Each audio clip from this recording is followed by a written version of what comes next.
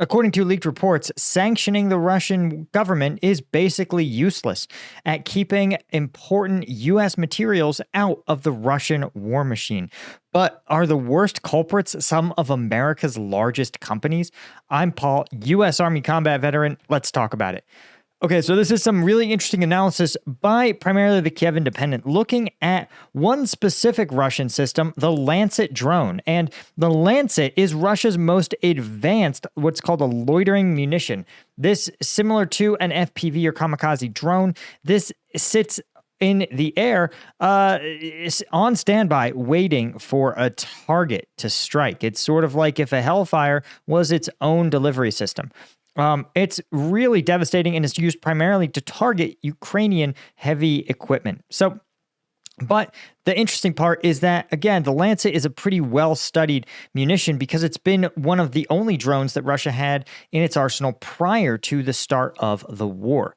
Now, what's fascinating is that the company that makes it is a sanctioned entity, Zala Aero. And Zala Aero, of course, has actually increased its production of the Lancet dramatically over the course of this conflict. Lancet's carrying 3 to 5 pound kilogram explosives for 20 to 40 miles, targeting large military vehicles, tanks, artillery systems, and planes on the ground. They got battle tested in Syria, but they've been a mainstay of the war since the invasion. So, right, according to Lancet's own company, they say targets are being hit round the clock. But here's the thing, guys.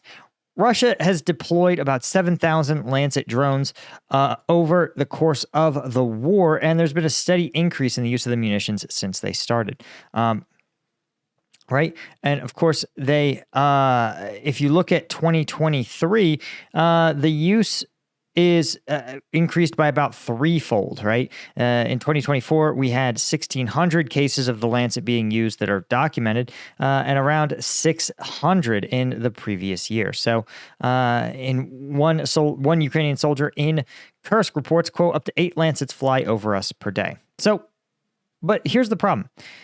These are very expensive pieces of equipment, right? And in some cases, the equipment to make the Lancet parts is itself very expensive. For example, sophisticated milling machines total nearly $800,000. These, of course, are made by a Chinese company that should be sanctioned called Sanctions. But the problem is that Sanctions should be sanctioned. They shouldn't be able to do this, but sell milling equipment to a Russian company that's then used to make weapons. But it seems like this is very, very common. So let's see if we can find it here. This is a list actually of the component parts known to be manufactured in or inside the Lancet. And you can see a number of sophisticated electronic systems, including let's see if we can find it here, a CAN bus transceiver, a voltage regulator, an aiming head control board, all of which are manufactured in the United States.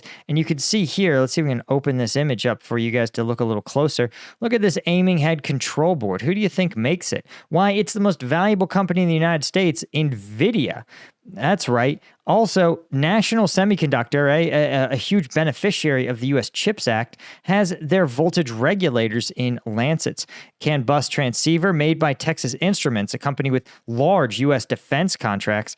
Infineon, STM Electronics from Switzerland, Germany, and of course, National Semiconductor. Again, what's the takeaway here? Well, the problem is when we look at this, you could see that this is how does exactly these companies how does an NVIDIA chip end up inside a Russian Lancet? Well, the answer is that it's through shell companies. For example, Hong Kong, right, entities are going to purchase these parts from NVIDIA, right? NVIDIA, for example, right? But this is what they do with all of these companies. And there's nothing suspicious about a Hong Kong company, right? And these Hong Kong entities are listed in customs databases as sellers, but also as manufacturers of the products like motors.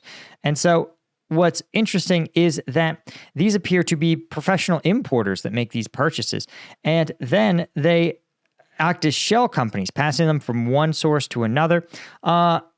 and then selling them not to Zala Aerospace, again, a sanctioned entity, but to an unnamed Russian importing company, which then sells them to Zala Aerospace.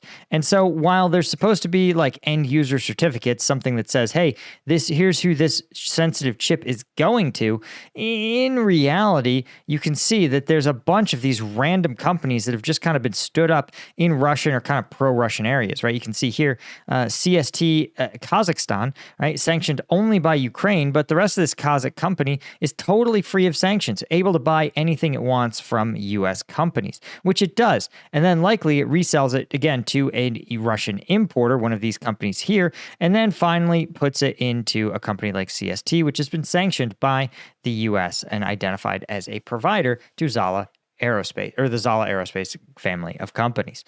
So you can see that, frankly, every time sanctions get rolled out, this is kind of how things go. And you might be thinking to yourself, well, the U.S. may not realize its sanctions are quite so full of holes and useless, but we're going to reveal that the U.S. is fully aware of this sort of thing. But if you're interested in seeing how this affects the actual realities on the ground, you want to become a member of combatvetnews.com. Combatvetnews.com is my full archive of all of the combat videos that I can't show you on YouTube anymore that have been demonetized or simply banned from the platform. And so if you want access to those and you want to support the channel and keep me able to do this every day, you want to become a member. The link is in the description. So become a member, get all the benefits, including those twice weekly uncensored combat videos. But there's also, for higher tiers, Q&As and by name shout outs. So the link's in the description. Go check it out. So here's what is sort of bothersome to me, is that the U.S. Permanent Subcommittee on Investigations, the oldest subcommittee in the U.S., subcommittee of the U.S. Senate Homeland Security and Government Affairs Committee, has actually said, we found 40% of the nearly 25,000 components analyzed in Russian weapons in Ukraine were actually made by 4 domestic U.S. suppliers. 16% of those parts were made by Analog Devices, 15% came from Texas Instruments, again, a huge defense contractor, and 5% from AMD and 5% from Intel. These are companies that have received tremendous benefits from the U.S. taxpayer because of the CHIPS Act and other sort of efforts by the United States to move chip production into the United States. So they're receiving government funds in one hand, and in the other hand, they're allowing their chips to be sold and used in Russian military gear. Russian military gear that no shit, especially for Texas Instruments, that sometimes blows up other gear that contains Texas Instruments equipment, right? So when you look at the aerospace and defense components of Texas Instruments, you can see that they handle smart munitions, i.e.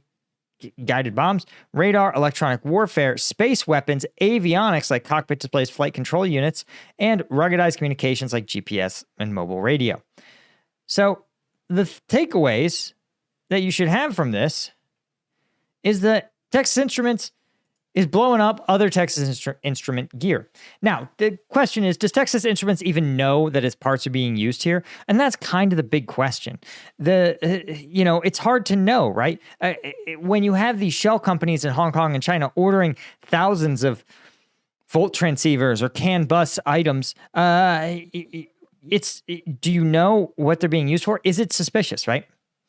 For example, if you typically shipped 10 of these to China and someone puts in an order for 100, that should raise some red flags. But if you typically source 10,000 of these to China and some new person orders 100, it's probably not going to raise any kind of suspicions. You'd probably say, oh, it's the Chinese making a newer smart toaster or something.